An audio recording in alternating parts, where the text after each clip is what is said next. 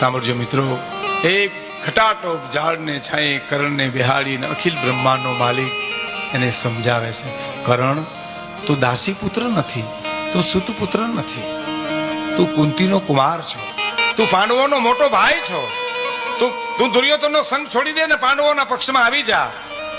કર્ણનો જવાબ સાંભળજો કે બહુ મોડું થઈ ગયું કૃષ્ણ, હવે તો બહુ મોડું થઈ ગયું.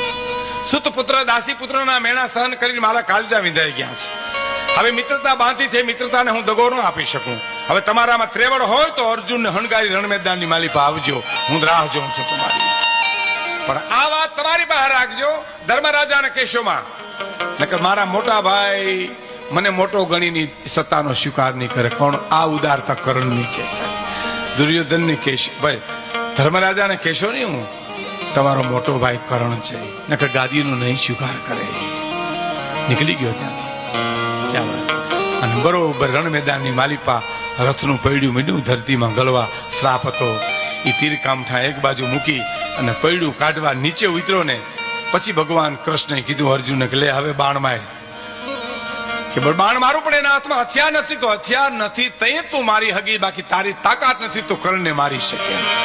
હથિયાર નથી માટે એને માર. ઘણા એમ કે દગો ફટકો કર્યો ભગવાન કૃષ્ણે. ભગવાને દગો ફટકો એટલા માટે કર્યો છે કે અધર્મ મરવો જોઈએ કોઈ પણ સંજોગોમાં.